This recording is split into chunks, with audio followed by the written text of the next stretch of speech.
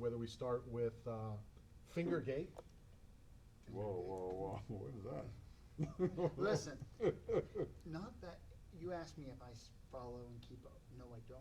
But I don't live under a rock. I have social media, and I see all these things. I get scared when he shakes his hand like Well, that. this one aggravated me a lot, and it wasn't Fingergate.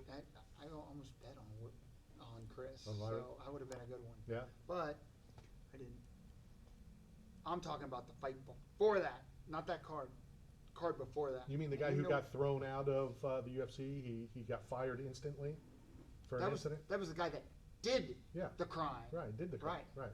So what Wes is talking about, and it relates to me, obviously more to Wes than me, but we talked about it, Matt, about the guy who bit the other fighter.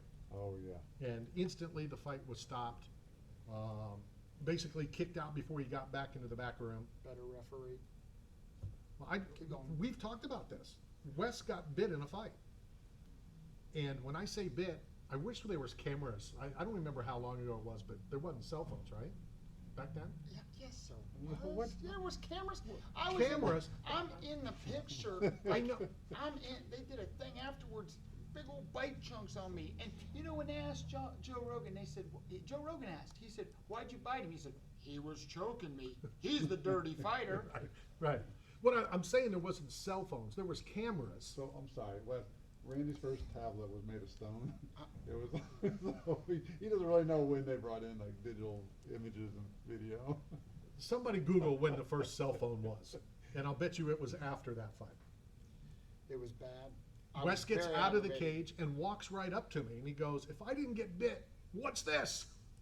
And it was the full implant. So which is worse, biting or spitting on an opponent? Like, which is more disrespectful to the sport, to the person, to the human? I mean, either are bad. I mean, but you bite somebody. I mean, you're like,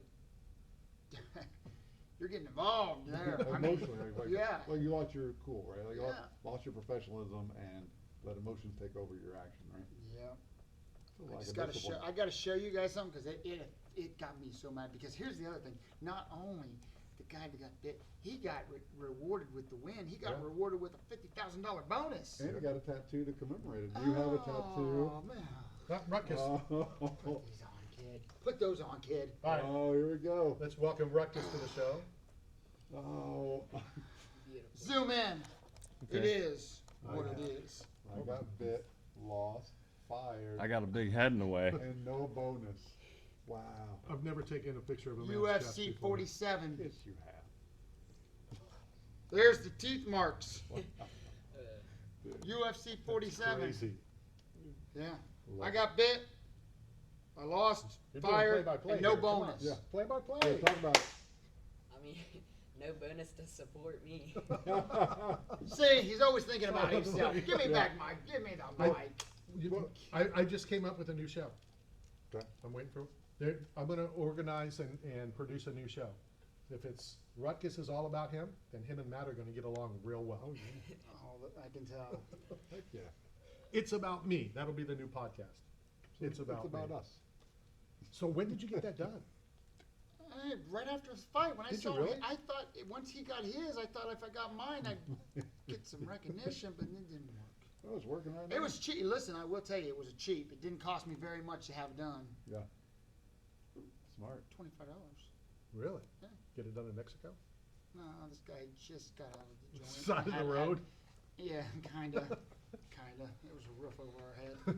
Well, you made a comment about maybe doing something combat-wise again, which A, I hope you don't. B, Mark Coleman will call me and blame me again. C, what's up with your relationship with the other big tall giant? He's retired. Well, he's He doing, can't physically do it. he's doing slaps now. He can't physically do it. I gotta get a photo. Everybody of wants Oh, we're a picture of this- fanboying out? Everybody wants a That's picture of that's this how you make tattoo. more money. That's a great photo right there of air. Are you? You're gonna- Is but everybody that's talking? what you have to do in today's modern sports world. You got to build yourself outside the Yep. sport. That's Well, he what was money- building it. Go back and watch The Ultimate Fighter that season. No.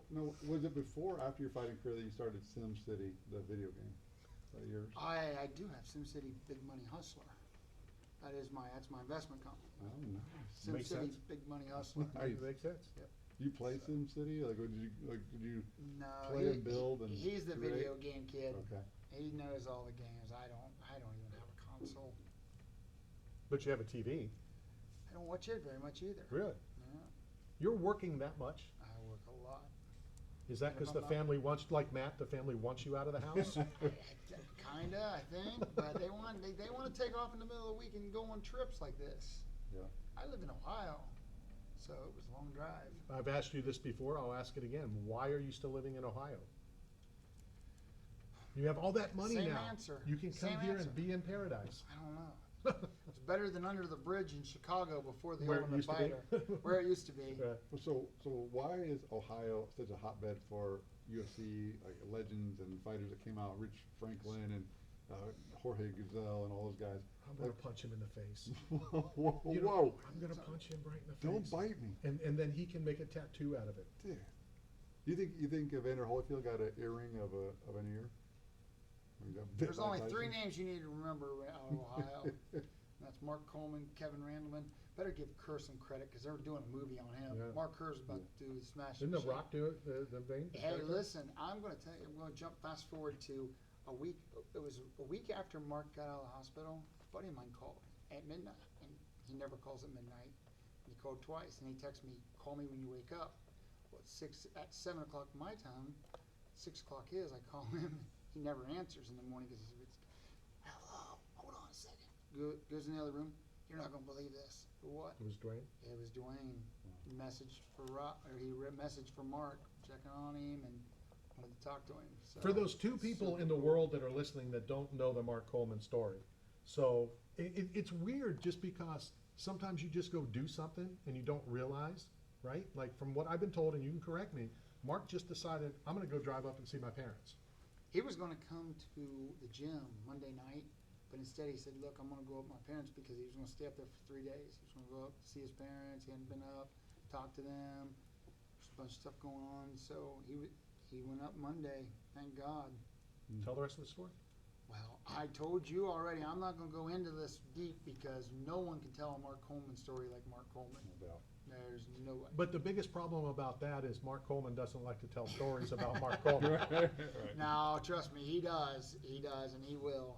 But yeah, he went up, and I thought he might have got into an argument with his sisters or somebody, because at 5 in the morning his sisters texted me, and I'm like, "What? 5 in the morning?" So I call her, and she goes, "The parents' house just burnt down, and Mark's in the ICU. They had life flighting." So I'm like, "Oh my God!" So I literally, before I could even get ready, Kelly was calling me, his ex-wife, his daughter's mom, and I ran to Columbus, picked them up. We flew up to Toledo. I was like, "Oh my God!" Walked in. I did grab him. Everyone started on about the picture surfacing. I grabbed his leg, shook his leg, and he was sedated, very heavy sedated. I asked him, "Are you ready to go viral, brother?" And I think I saw a nod. Yeah. Whether it was there or not, I think I saw a nod. And I think he heard me, and I think he said yes. Wow. So the story is that Mark went in, he got out of the house, went in and saved his mom, saved his dad, and then went back in twice for Hammer, the right? dog, and he couldn't find him. It was so bad.